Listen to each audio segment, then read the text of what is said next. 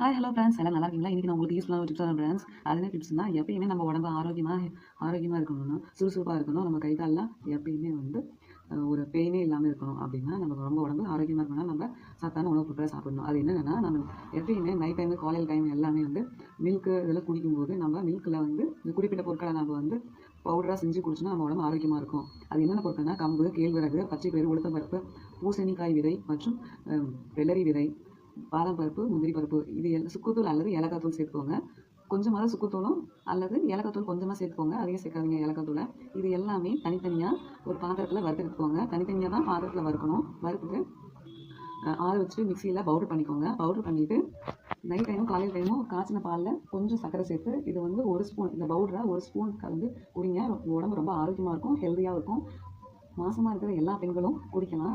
கர்ப்பிணிகள் இது குடிக்கும்போது அவங்களும் ஆரோக்கியமாக இருப்பாங்க. அவங்க வயிற்று வளர அந்த குழந்தையும் ஆரோக்கியமாக இருக்கும். வயிற்றில் இருக்கிற குழந்தையோட உடல் உறுப்புகள் அனைத்துமே ஆரோக்கியமாக நல்லா வளரும். சிறியவர்கள் முதல் பெரியவர்கள் வரை எல்லாருமே இந்த இந்த பவுடர் வந்து பாலில் காய்ச்சி குடிச்சிங்கன்னா ஆரோக்கியமாக இருப்பாங்க, ஹெல்த்தியாகவும் இருப்பாங்க. ஓகே ஃப்ரெண்ட்ஸ், என்னோட சேனல் உங்களுக்கு பிடிச்சிருந்தா லைக் பண்ணுங்கள், சப்ஸ்கிரைப் பண்ணுங்கள். யாருக்கு யூடியூப் சேனலுக்கு லைக் பண்ணுங்கள்.